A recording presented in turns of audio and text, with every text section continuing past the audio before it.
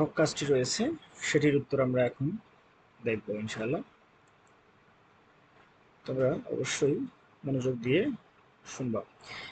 কাজ 3-এ একক কাজে বলা হচ্ছে প্রথম পয়েন্টে যে দলের আলোচনা থেকে কোন নতুন বিষয়গুলো তুমি জানলা আসলে। এভাবে লিখবা যে আমি দলের আলোচনা থেকে নতুন নতুন অনেক বিষয় শিখেছি এবং উপলব্ধি করেছি।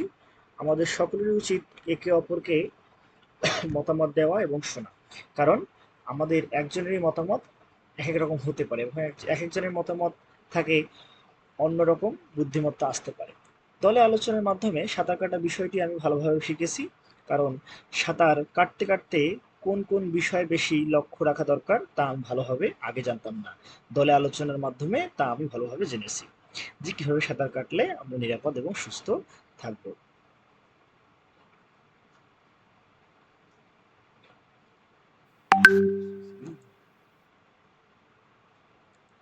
আচ্ছা, তারপর একক কাজ 3-এর যে পয়েন্ট 2 আছে, যে পয়েন্টের মধ্যে আসলে যে পয়েন্টের মধ্যে চাইছিল যে এই কাজগুলো তোমরা প্রস্তুতি কিভাবে ভূমিকা রাখবে, এই কাজগুলো তোমার প্রস্তুতি কিভাবে ভূমিকা রাখবে।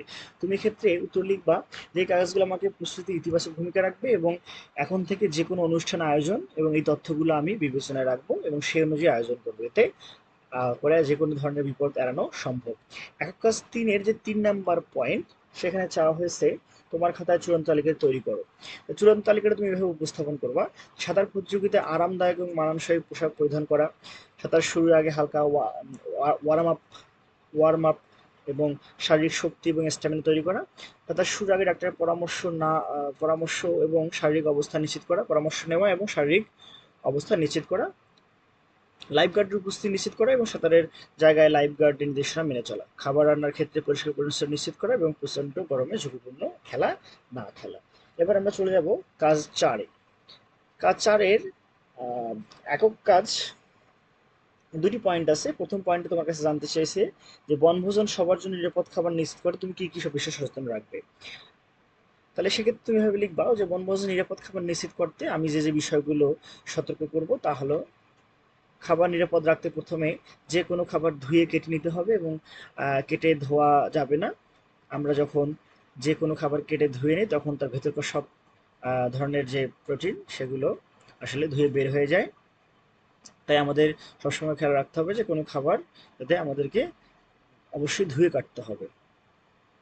আমাদের বাজার করার সময় যে কোনো শাকসবজি বা মাছ মাংস দেখে নিতে হবে, কারণ অনেক সময় দেখা যায় যে পচা শাকসবজি এবং মাছ বাজার থেকে নিয়ে আসা হয় এবং পচা মাছ শাকসবজি শরীরে প্রবেশ করলে সে তাদের মাধ্যমে আসলে অণুজীব শরীরের ভিতরে প্রবেশ করবে। এক্ষেত্রে আমাদের বিভিন্ন ধরনের সমস্যা হতে পারে।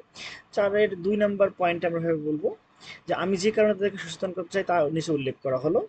আমি যদি তাদেরকে এসব বিষয়ে সচেতন না করি তাহলে তাদের শরীরে অনেক ধরনের রোগ জীবাণু আক্রান্ত হতে পারে এবং ফলে তাড়াতাড়ি অসুস্থ হয়ে যেতে পারে। তাছাড়া এসব বিষয়ে সচেতন না হলে আমাদের অনেক সমস্যা আমরা করতে পারি। তাই দৈনন্দিন জীবনে এই ধরনের সচেতনতা অবশ্যই আমরা এই ধরনের সচেতন হব সবাই।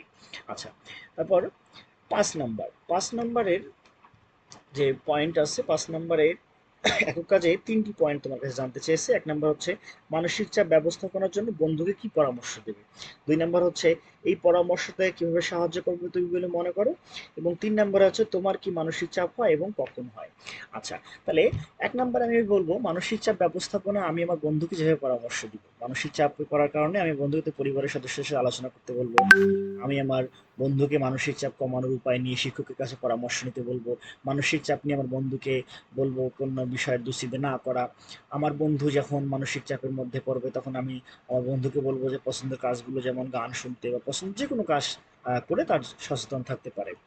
5-এর 2 নম্বর পয়েন্ট আমি ভেবে উত্তর লিখবো যে এই পরামর্শগুলো আমরা আমার বন্ধুকে সাহায্য করতে পারবে, তার নিচে যেভাবে সাহায্য করতে পারবে তার নিচে উল্লেখ করা হলো।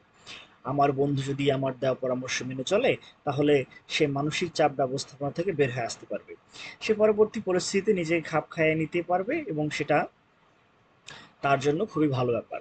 5-এর 3 নাম্বার পয়েন্ট আমি বলবো যে হ্যাঁ, আমারও মানসিক চাপ হয় এবং এটি প্রত্যেকটি মানুষের ক্ষেত্রে স্বাভাবিক। আমার মানসিক চাপ সৃষ্টি হয় যখন খুব বেশি স্কুলে হোমওয়ার্ক দেওয়া থাকে, যখন স্কুলে পরীক্ষা থাকে, কি করতে হবে যখন আমি বুঝতে না পারি তখন মানসিক চাপ সৃষ্টি হয়। এছাড়া বিভিন্ন সময় আমার মানসিক চাপের সৃষ্টি হয়। আচ্ছা, এভাবে আমার 5 নাম্বার পয়েন্টটি এখানেই শেষ হলো। আচ্ছা, তাহলে তোমাদের এখনো কিন্তু 6 এবং 7 বাকি আছে, এজন্য আমরা পর্ব 4 নিয়ে আসতেছি এবং ওই 4 পর্বই আমাদের হবে শেষ পর্ব। সবাই 1 থেকে 5 পর্বের অ্যান্সারগুলোকে ভালোভাবে দেখে নিও এবং নিজের মন মতো করে আরও যোজন বিয়োজন করে অবশ্যই তোমরা সঠিকভাবে পরীক্ষায় অংশগ্রহণ করো, ভালো পরীক্ষা দাও, এটাই আমার দেওয়া থাকলো। এবং সবাই অবশ্যই আমার চ্যানেলটিকে সাবস্ক্রাইব করবা এবং পাশে থাকবা। ধন্যবাদ সবাইকে।